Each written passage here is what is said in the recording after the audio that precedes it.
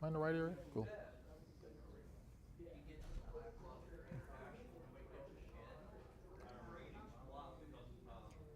What's up, guys? Emily Gagnon here with sports producer Scott Pennyman, who you've probably seen a lot more of than me. But before we get started, Scott, I think it's important, since it's our first time together here on Sports Tonight, that people know you and I don't agree on anything. Never. So that's what actually makes our relationship work, because you want two people that have completely different perspectives when they're putting stories together, so that way everything is heard.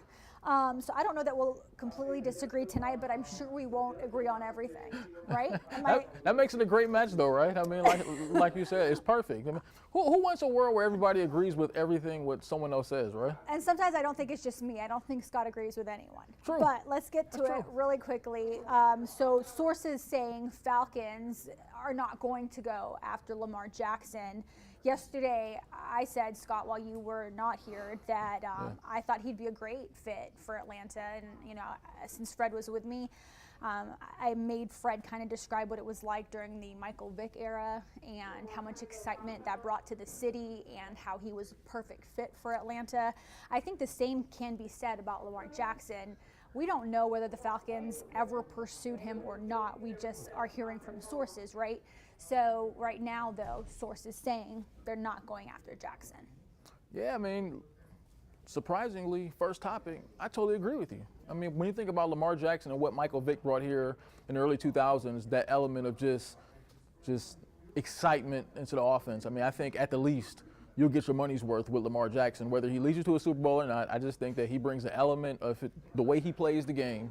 I think that that's perfect for what the Falcons need right now. I mean, let's face it, they're kind of boring right now, aren't they? I mean, they're kind of just blah. When you look at the team right now at quarterback, I think Desmond Ridder has the potential to be pretty good, but I just don't think that you could pass up. I mean, for me, 2 first-round picks is nothing to give up if you have your answer at quarterback for the next 7 to 10 years. Can you really say that you think that the Desmond Ridder era is going to work here? No, and that's the thing. I can't. There's not a big enough sample size. Right. And, you know, if I'm the general manager of Fontenot, if I'm Arthur Smith, it's kind of 3 strikes and you're out, right? Isn't that kind of how it works in the NFL? I mean, they've had 2 seasons so far, no playoffs. I can't name too many front offices that get 3 seasons of no playoffs and everyone stays employed. So if I'm in their position, I would rather hang my hat on Lamar Jackson, a former NFL MVP, than gambling to see if Desmond Ridder's any good. I don't know. That's just me.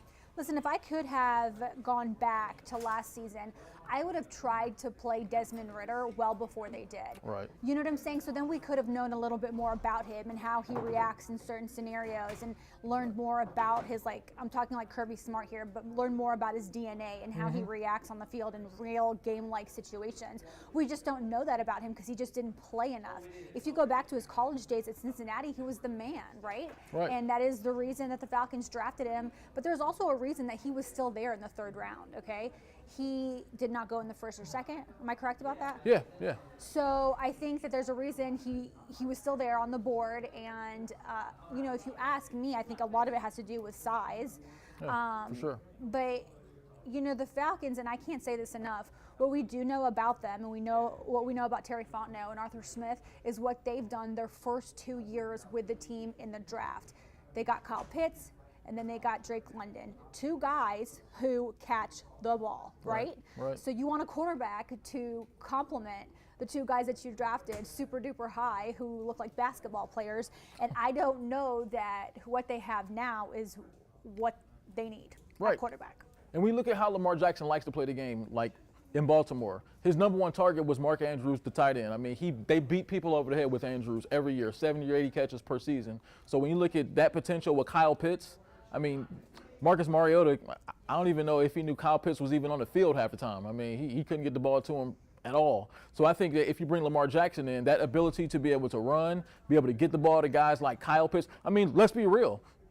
If he comes to Atlanta, those are probably 2 of the best weapons he's had since he's been in the NFL. I mean, just think about it. I mean, potentially, because I think what Drake London showed as a rookie, I think what Kyle Pitts showed as a rookie himself, I think that those are potentially 2 of the best weapons that Lamar Jackson has ever played with. So I think it'll be a really good thing, but I don't know. I mean, for me, the price, I mean, I guess it's easy for me to say. I'm not Arthur Blank. I'm not the one signing the check, right? But, I mean, I just feel like, make the offer right now. He's a non-exclusive. Non-exclusive. I couldn't remember the name for the So tag. he's been tagged for a second straight season, but it's non-inclusive this year. Right.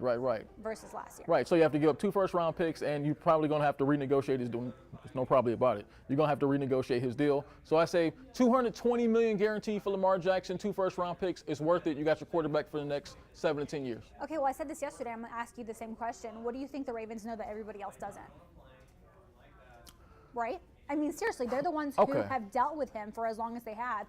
So why aren't they giving him the contract? Do you think it's injuries? What do you think it is? No, I just feel the Ravens are the type of organization that know they can. Just think about it. They've won 2 Super Bowls over the last 20-something years, right? Their quarterbacks were Trent Dilfer and Joe Flacco. So I think they have enough confidence as an organization to where they're not going to put all their eggs in one basket. They're not a desperate franchise. They've won with less than great quarterbacks. So I think they're fine with keeping Lamar Jackson, but I think they're fine with keeping Lamar Jackson at their number, at the price that they want to pay. I don't think they're going to go Deshaun Watson and give him $230 million guaranteed. That's not the Baltimore Ravens. That's not what kind of organization they are. They're not a desperate organization. So I think they like Lamar Jackson, but I think they like him at their price. So are you calling your team, the Browns, a desperate organization? Absolutely. Look, I'm a Browns fan, but I'm a realistic Browns fan. I'm not one of these crazy Browns fans that defend every single thing that they do. They were very desperate last offseason. They hadn't had a franchise quarterback since Bernie Kosar. Let's be honest, though, you were excited. I was excited, yeah. I mean, I was happy that the Browns signed Deshaun Watson, but look, I mean, let's be real. That has kind of handicapped them moving forward. I mean, they're in salary cap hell right now, and kind of with this offseason, they're having trouble finding other ways to improve the team because they can't sign anybody in free agency. So, yeah, if the Falcons get Lamar Jackson, that's going to be a problem. But I just feel like in the NFL, when you have a quarterback, if you have a quarterback that you feel good about, it starts with that. And if you have one that you feel good about for the next 7 to 10 years, you have half of what you need to be a really good team. Good thing we're not talking about college ball because we've been proved that quarterback really doesn't matter. Right, exactly.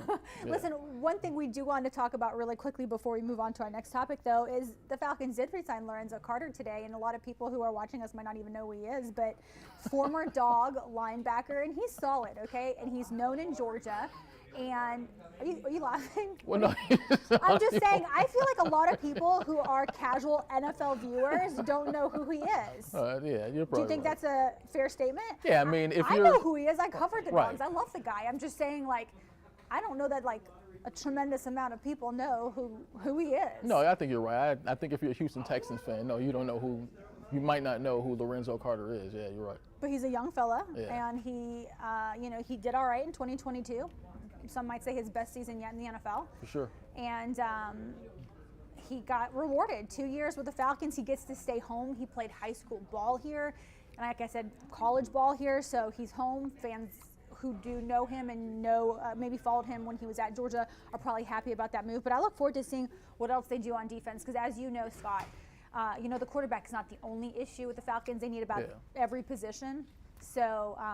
well, it's the one thing a quarterback can do, though. If you get a quarterback like Lamar Jackson, he's going to cover up a lot of stink that they may have on the defensive side of the ball. So if he could put up points and if he can maintain possession of that football on offense, maybe he can take some of the pressure off Lorenzo and the rest of the defense. We'll see. So even though we're arguing that that would be a good move for the Falcons, it doesn't look like that will be the move.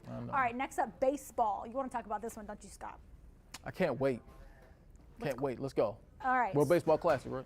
Yes, the World Baseball Classic. You've got Acuna playing for Venezuela, and then you've got Eddie Rosario playing for Puerto Rico, and the skipper Brian Snitker said both guys are super elated to be playing in this, and not only that, it's super competitive baseball, so it actually helps them come the regular season.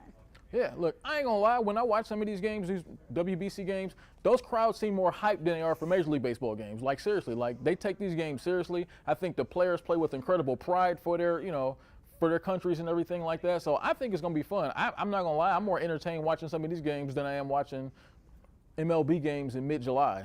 I'm just being real, No, So I think you're right. So yeah, I mean, I think it's a very entertaining thing. I think it's a good thing what they do. I know those guys are going to play with a lot of pride because, like I said, guys play harder. I'm not going to say they play harder than what they play for the major league teams, but I think a lot more of their emotion comes out. You get what I'm saying? It's an honor too. It's like a complete honor to be playing for your country. And Acuna, he said, he's coming into this season, even though the season hasn't started yet, but like coming in to spring training, he feels healthy. He's feeling really good. It's the first time in a long time he feels, 100% basically.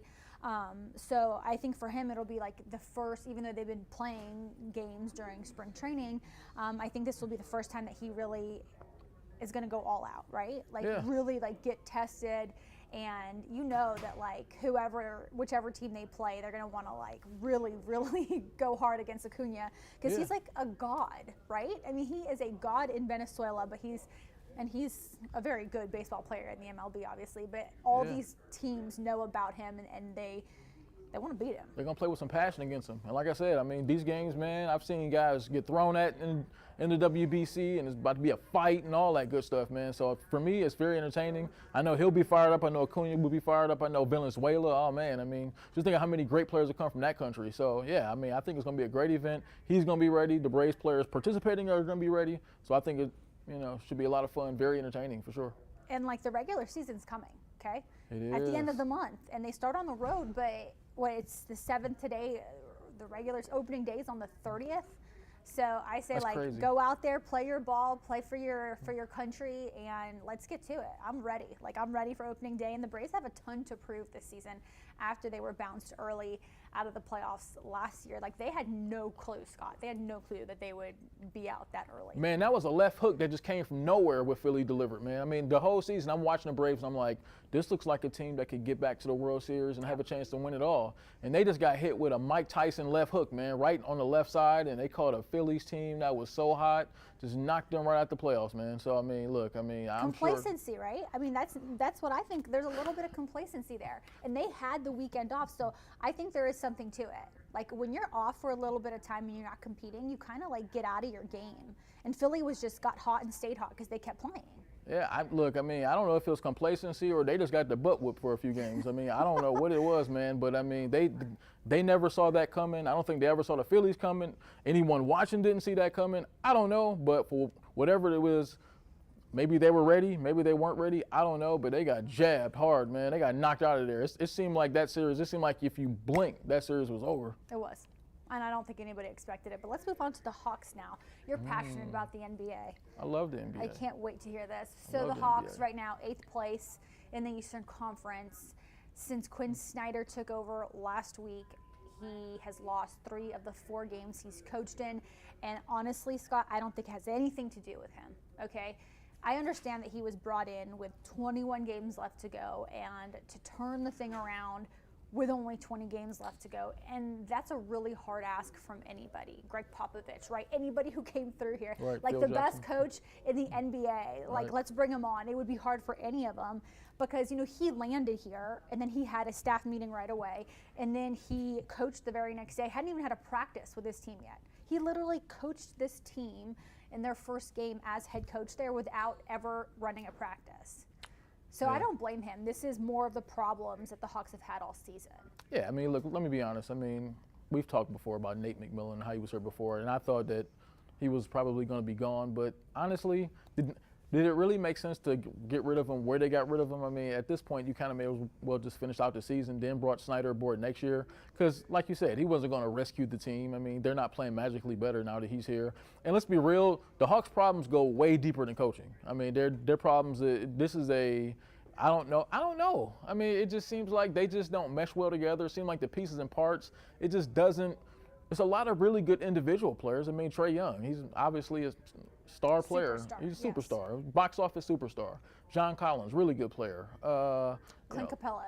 DeJounte Murray, he's another all-star. So just if I didn't know any better, if I didn't watch the Hawks play on a regular basis, and I'm just looking at the rosters, I'm going, this team should be a top 4 or 5 team in the Eastern Conference. But it just doesn't seem right. And I think that's where you start talking about, and let's be real, when it comes to the NBA. Look, I respect all the coaches, all the head coaches in the NBA and everything like that, but your superstar player is more of your head coach than your head coach is. I think in most cases, right? I mean, like LeBron James, every team he's been on, it didn't even matter who the coach was. LeBron sort of has everything handled. I think Kobe, most of the superstar players sort of police the locker room and they kind of police things on that basketball team.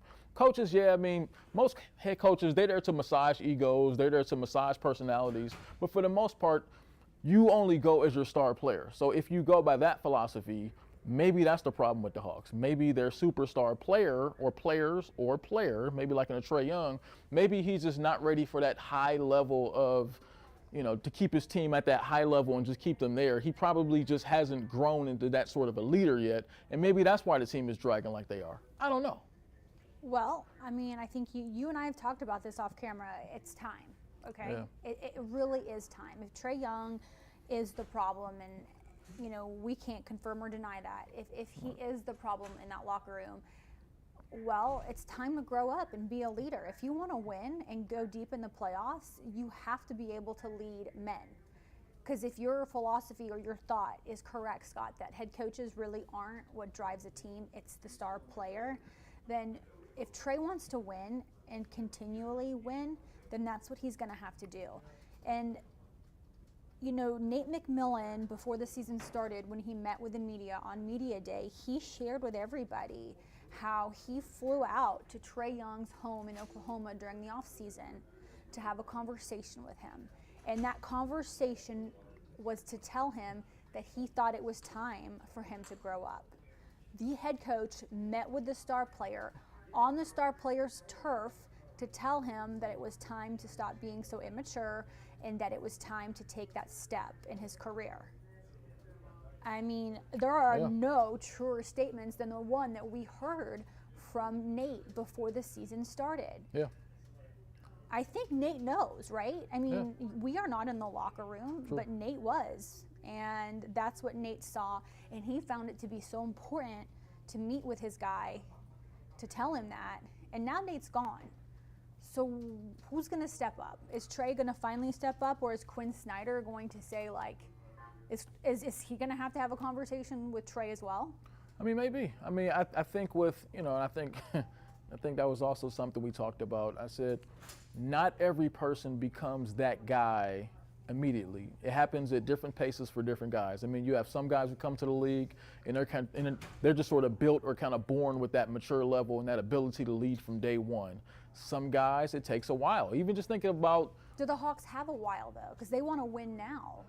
Yeah, I mean, I think everybody wants to win now theoretically, right? I mean, I'm sure. But they got a taste of it 2 years ago during that Eastern Conference title run, right? Yeah. I think that was a bit of a premature taste.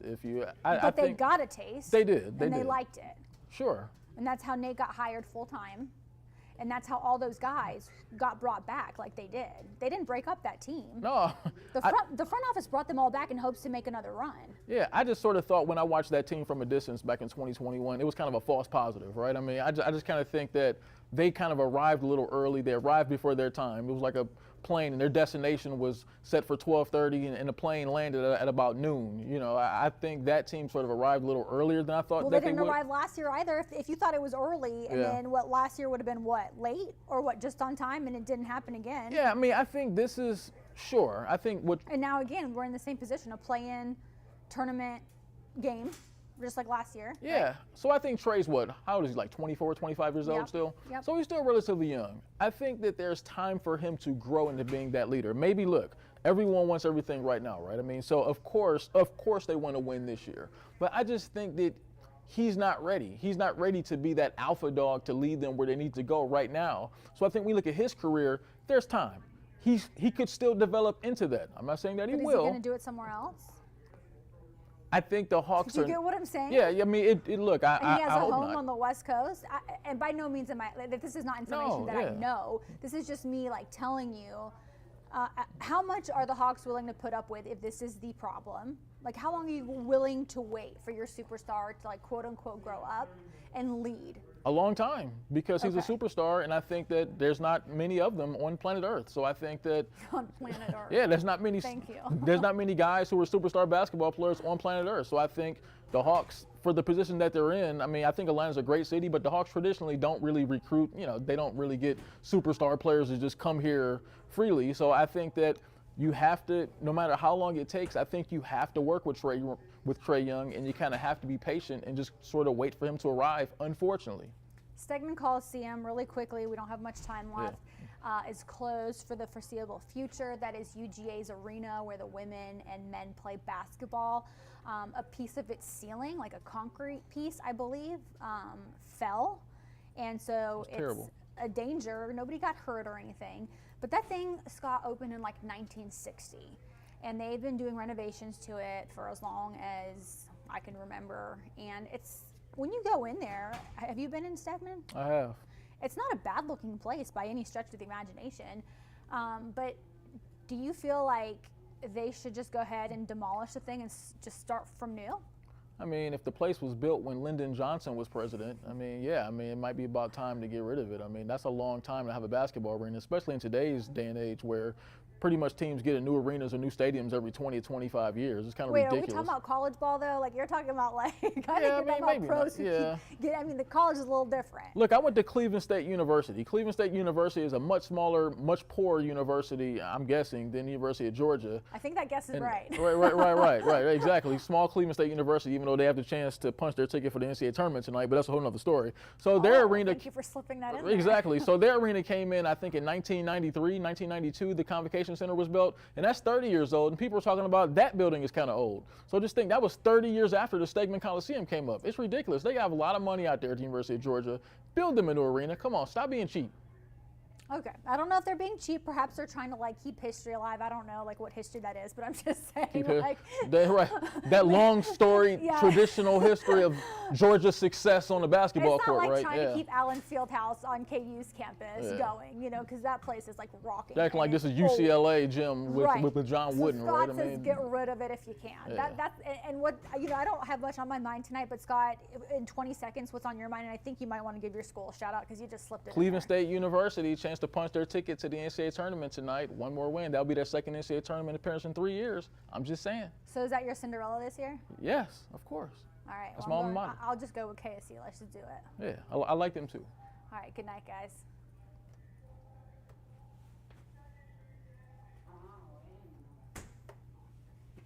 That's cool. The Vikings